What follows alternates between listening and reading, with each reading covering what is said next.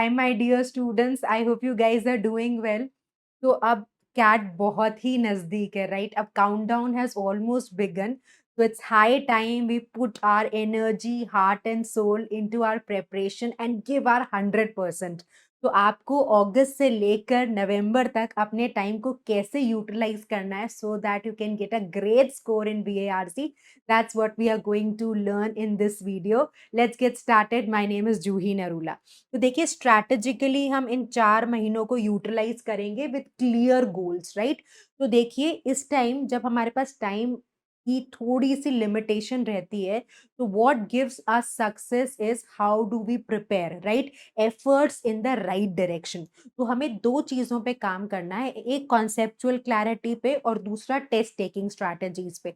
दोनों का ही equally strong होना जरूरी है टू क्रैक द एग्जाम। आप सोचें, आप कॉन्सेप्चुअली तो बहुत स्ट्रांग हैं, बट आप स्ट्रेस नहीं हैंडल कर पा रहे, आपसे टाइम नहीं मैनेज होगा, तो वो बड़ी दिक्कत क्रिएट कर देगा। तो देखते हैं हम कैसे इन 4 महीनों का इफेक्टिव यूटिलाइजेशन करेंगे। What should be our goals, what should be our priorities. I will give you a detail time table, so you have to watch the video completely, right? तो सबसे पहले अगस्त के लिए क्या करना है आपको? Foundation building. देखिए, आपको स्टार्ट तो बेसिक से ही करना पड़ेगा, क्योंकि अगर फाउंडेशन वीक है तो आप फिर बहुत डिफिकल्ट एडवांस लेवल तक के क्वेश्चंस तक पहुंच ही नहीं पाएंगे, राइट? आप सोचें कि एकदम से मैं 10वीं सीढ़ी पर चढ़ जाऊं, वो प्रैक्टिकली इम्पॉसिबल है। तो स्टार्ट विद द बेसिक्स, जहां पे अगस्त आप डेडिकेट करेंगे for foundation building, where you will read a lot, build your comfort level with reading comprehension, develop your vocabulary, know the essentials of grammar। ऐसे grammar में deep down नहीं जाना जहां पे आप भाई सारे कॉन्सेप्चुअल कॉन्सेप्ट्स को कवर करने की कोशिश कर रहे हैं, एरर्स पकड़ रहे हैं, नहीं, बस आपको अवेयरनेस होनी चाहिए। कोई भी भाषा जब आप सीखते हैं, तो ग्रामर अगर आप जानते हैं तो it gives you better control over the language, right? Then September would be skill development. You should know the right strategies, you should learn the application, right? तो सबसे पहले क्या कि आप फाउंडेशन पे काम करें, कॉन्सेप्चुअल क्लैरिटी बिल्ड हो गई। कॉन्सेप्चुअल क्लैरिटी के बाद नेक्स्ट स्टेप क्या होगा कि आप स्ट्रैटेजी सीखें, उनका एप्लीकेशन सीखें, right? So work on skill development and RC strategy. देखिए, RC is going to play a very crucial role, right? आप RC में एक्सेल किए बिना कैट को क्रैक नहीं कर सकते। ये एक कड़वी सच्चाई है जिसको आपको स्वीकार कर लेना है, राइट?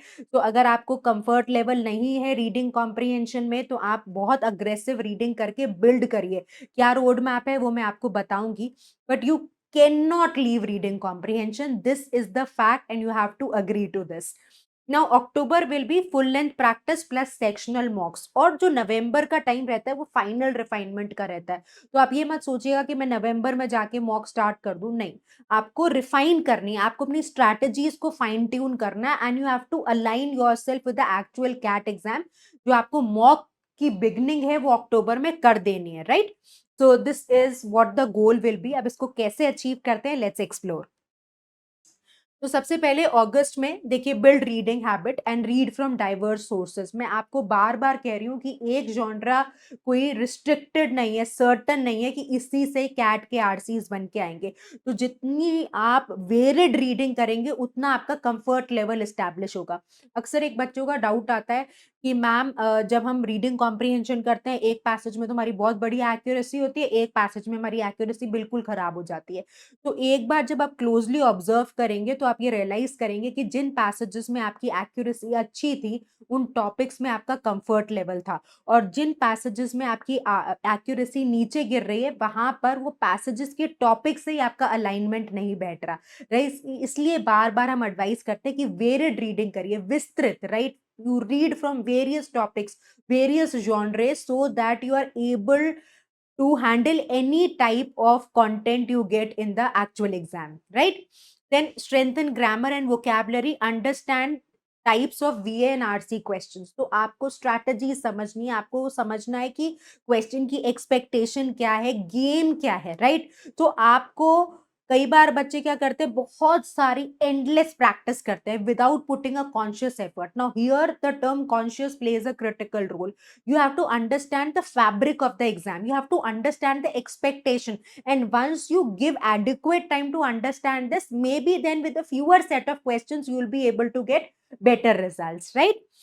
So अगर मैं डेली टास्क आपको बोलूं तो डेली रीडिंग आपको करनी है और अभी टाइम कम बचा है, राइट? तो अग्रेसिवली अब आपको 1.5 से 2 घंटा रीडिंग को देना है। उसके अलावा आपको आरसी प्रैक्टिस भी करनी है, वोकैबुलरी, ग्रामर एंड वीए टॉपिक्स। तो ये आपके फोकस एरियाज रहेंगे। अब आपको डेली रीडिंग करनी है तो कहाँ से करेंगे आप? Ion, the Hindu, guardian, Atlantic, New York times, ये सारी साइट्स को कंसिडर कर सकते हैं। और जैसे ही आपका थोड़ा टेम्परामेंट बिल्ड होना शुरू हो तो हमने बहुत सारी सीरीज करी है इसी यूट्यूब चैनल पे, जहाँ पे हमने आरसीज फ्रॉम द हिंदू किए हैं, आरसीज फ्रॉम इयॉन किए हैं, right? RCs from the economist किए हैं, आरसीज फ्रॉम द स्मिथसोनियन कर रहे हैं अभी। तो ये सारे आरसीज आप ग्रेजुअली प्रैक्टिस भी करते जाइए। आप आर्टिकल भी पढ़ रहे हैं, उसके बेसिस पे क्वेश्चन भी कर रहे हैं, तो ये कंटेंट आपकी सॉलिड फाउंडेशन में बहुत मदद करेगा। फिर practice, you have to do 2 passages every day, right? जैसे डॉक्टर आपको प्रिस्क्रिप्शन लिख के देते हैं ना, तो ये आपका प्रिस्क्रिप्शन है that you have to do 2 RCs and follow it with rigorous analysis. कौन सा टाइप का क्वेश्चन गलत हुआ, कौन सी ट्रैप आंसर चॉइस में फंसे, कहाँ एलिमिनेशन इफेक्टिव हो सकता था, कहाँ पे पैसेज में रिविजिट करना जरूरी था, कौन से टाइप के पैसेजेस बहुत कष्ट दे रहे हैं, ये सब पकड़ना है, राइट? अगर सिर्फ एक टिक मार्क लगाने के लिए 2 आरसी का है मैम ने कर ले और उसका एनालिसिस ना करे तो उसे कोई आउटपुट नहीं निकलेगा, right? Then vocabulary, even if you do 10 words a day that should be sufficient. आप हमने फाउंडेशन में वोकैबुलरी बिल्डिंग स्ट्रैटेजीज के 2 वीडियोस करे, राइट? और वर्ड पावर मेड इजी, मैं अक्सर इस बुक को रेकमेंड करती हूँ। This is the Bible for vocabulary building. बहुत ही लॉजिकल तरीके से आपको वोकैब बिल्डिंग की सारी सजेशंस मिल जाएंगे इस बुक में। तो इसको अग्रेसिवली रीड करिए। May be you reading for 5 minutes but do it every day. Understand it that consistency is the key, right? Grammar basics, थोड़ी फंडामेंटल क्लैरिटी। तो देखिए, जैसा मैंने आपको पहले भी बताया था कि भाषा को समझने में ग्रामर एक क्रूशियल रोल प्ले करता है। तो अगर आप हफ्ते में 3 से 4 बार आधे घंटे के लिए ही सही थोड़ा सा ग्रामर कॉन्सेप्ट्स पे फोकस करेंगे, concepts of modifiers, parts of speech, tenses, तो बेटर कंट्रोल फील करेंगे, राइट? और वीए topics, so may be 1 topic every 2 days. Monday Tuesday मैंने पैरा जंबल्स किया, फिर ट्यूसडे वेडनेसडे थर्सडे मैंने पैरा कंप्लीशन कर लिया, सो ऑन। 4 ही तो टॉपिक है देखिए वर्बल एबिलिटी में। यू हैव ऑड सेंटेंसेस, वो तो एक्सटेंशन ही है पैरा जंबल का, तो सिमिलर ही टाइप के क्वेश्चंस हो गए। Para completion, para summary, right? तो ऐसा कोई बहुत ही डिटेल्ड सिलेबस नहीं है जिसके लिए आपके पास टाइम कम बचाओ। बट हाँ, अगर आपकी रीडिंग सॉलिड है तो कहीं ना कहीं आपको वर्बल एबिलिटी के टॉपिक्स में भी बहुत ही अच्छा अपर हैंड मिलेगा, राइट? अब हम सितंबर में आए तो सितंबर में एक बार आपने कॉन्सेप्ट्स पे काम कर लिया, फंडामेंटल समझ लिए, आपको स्ट्रैटेजीज पता चल गई, तो नेक्स्ट क्या आपको करना है? आपको एक्यूरेसी इंप्रूवमेंट पे काम करना है, राइट? आप ये सोचे मेरे को स्ट्रैटेजी तो आती नहीं और मेरे 10 में से 10 सवाल सही हो जाए, ऐसा नहीं होगा। फाउंडेशन स्ट्रांग होगी, आपको स्ट्रैटेजीज अप्लाई करना आएगा, मैपिंग समझ में आएगी, टाइप्स ऑफ क्वेश्चन समझ में आएंगे, एलिमिनेशन टूल्स पता होंगे। आप एक बार कंफर्ट लेवल एस्टैब्लिश कर लेंगे, उसके बाद टारगेट करिए कि मेरे को बढ़िया एक्यूरेसी अचीव हो, राइट? तो आपका जो सितंबर रहेगा वहां पे सीधा सीधा फोकस आपको एक्यूरेसी पे करना है, राइट? अब यहाँ पर टाइम्ड प्रैक्टिस भी शुरू कर दीजिए। थोड़ा सा आप मे बी एक टाइमर लगाइए जहां पे आप 3-4 मिनट खुद को एक्स्ट्रा दीजिए। जैसे एक रीडिंग कॉम्प्रिहेंशन आइडियली आपको 12 मिनट में कर लेना चाहिए एग्जाम में, पर आप कोशिश करिए कि आप 15-17 मिनट में करें। फिर 17 मिनट से आप 16.5 मिनट पे जाएं, 16.5 मिनट से 16 मिनट पे जाएं। ग्रेजुअली टाइम को कट करिए। आप ये सोचे कि भाई अभी तो मेरा 20 मिनट में बिल्कुल सही हो रहा है और मैं बस सितंबर से 10 मिनट में करने लग जाऊं, तो इतना टाइम एकदम से कट कर देंगे, एक्यूरेसी नीचे जाएगी, फिर आपका कॉन्फिडेंस हिलने लग जाता है, राइट? सो प्रैक्टिकल होके लॉजिकली धीरे धीरे आगे बढ़िए, ठीक है जी?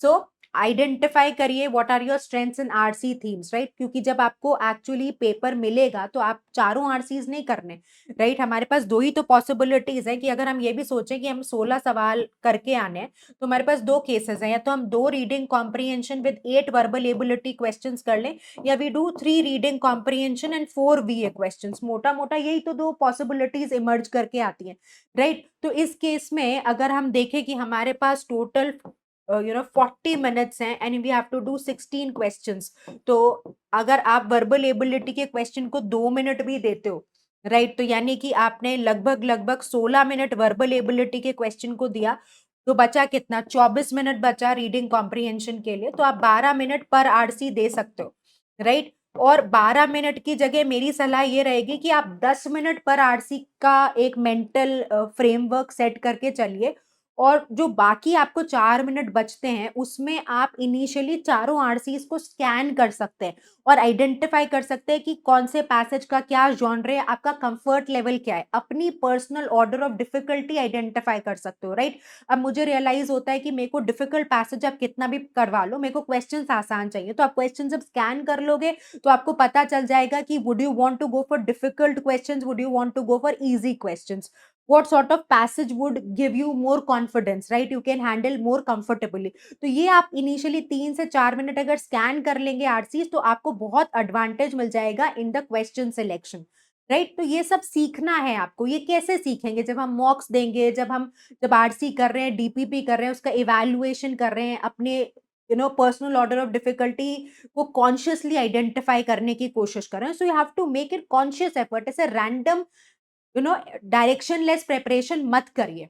सो further if we proceed then how should you go with September? 3 passages कर दीजिए, राइट। यहाँ पे बहुत ही इंपॉर्टेंट है, जैसा मैंने आपको कहा 9 to 10 मिनट्स का अगर आप टारगेट रखोगे, so which should be a good target. Para summary के 5 क्वेश्चंस, पैरा जंबल्स के 5, ऑड वन आउट के 5, राइट।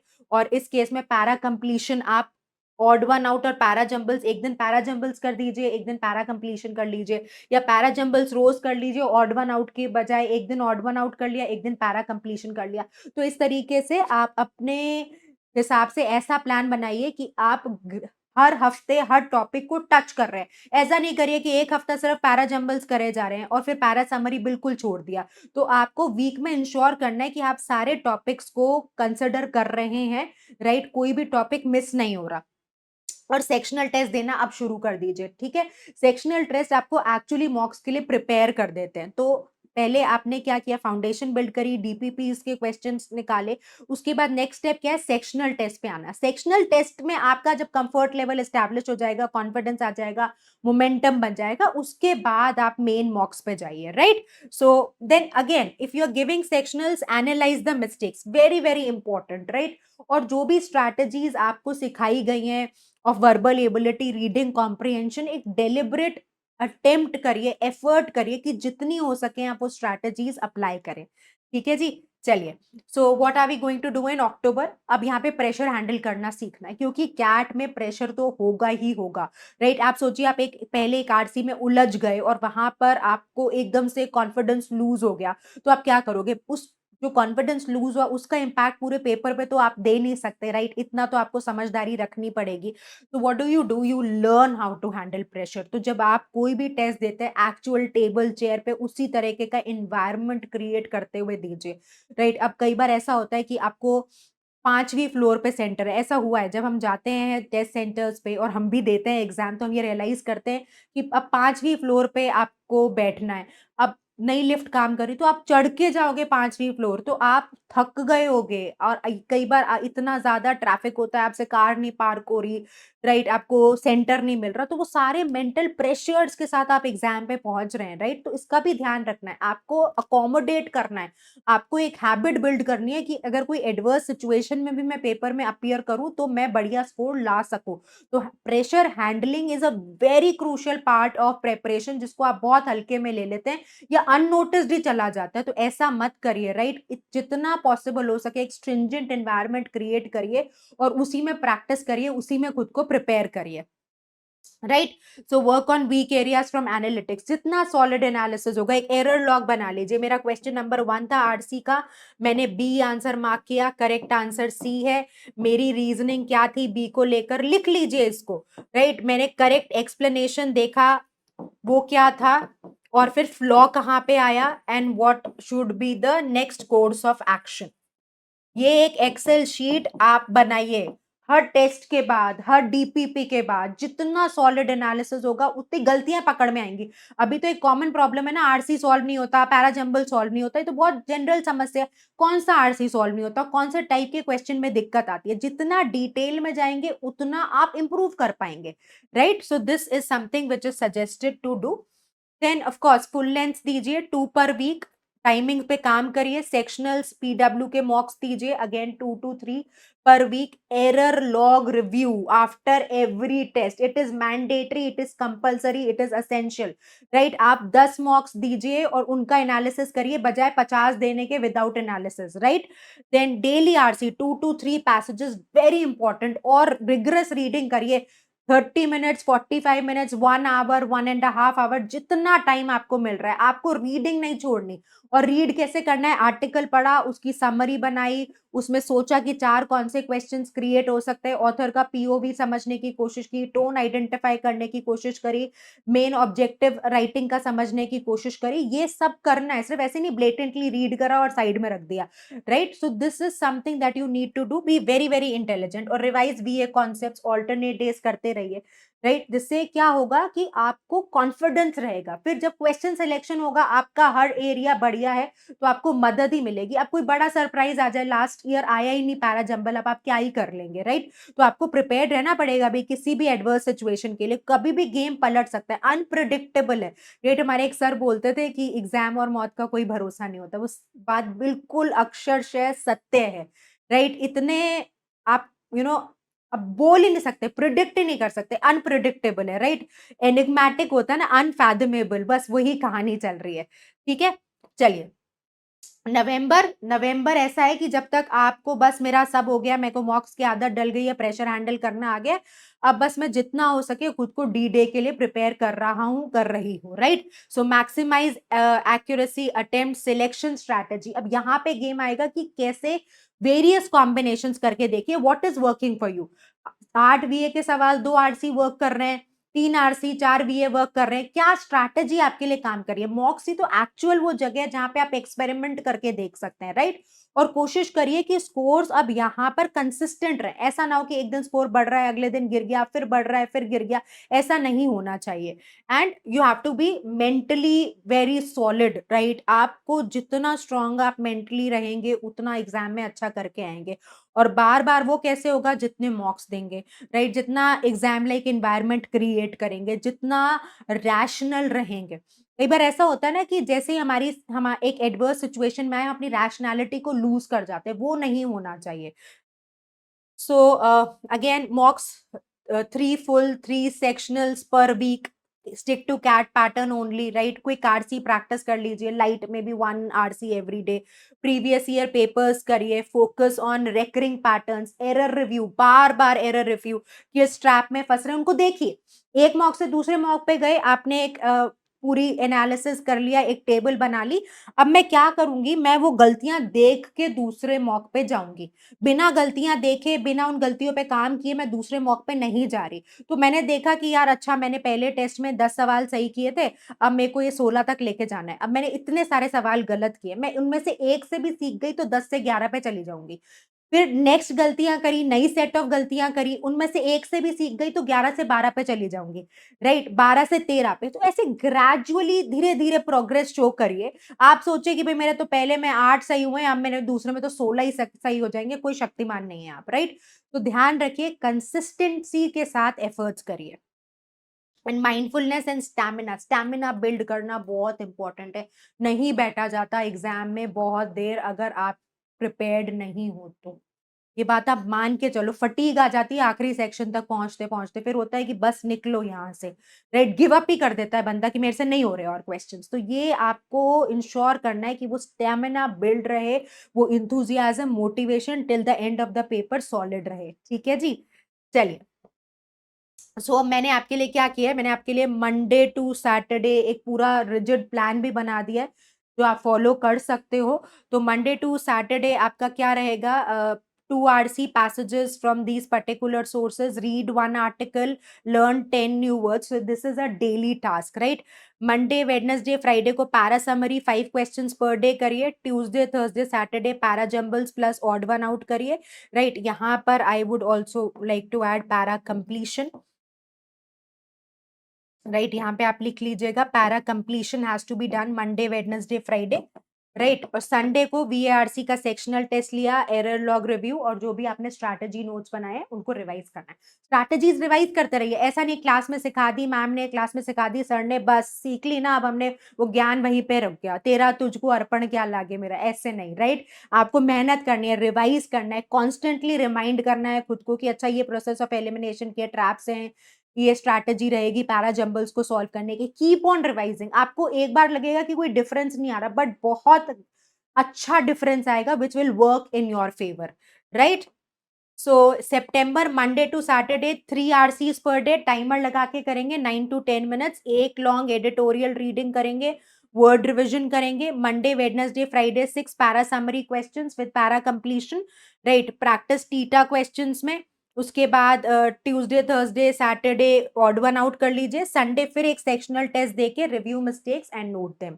राइट, देन अक्टूबर में mock test and refinement month, Monday Wednesday Friday full length mock देंगे alternate days, error review को observe करते रहेंगे। Tuesday Thursday Saturday 2 to 3 RCs, 90% accuracy का target रखिए। Right, फिर para summary odd one out, यहाँ पर आपका हर दिन रूटीन और बढ़ता जा रहा है। राइट, क्योंकि हमें एक ऐसी सिचुएशन में पहुंचना है जहाँ पे एग्जैक्टली 16 से 20 क्वेश्चंस करने का टेम्परामेंट बिल्ड हो जाए।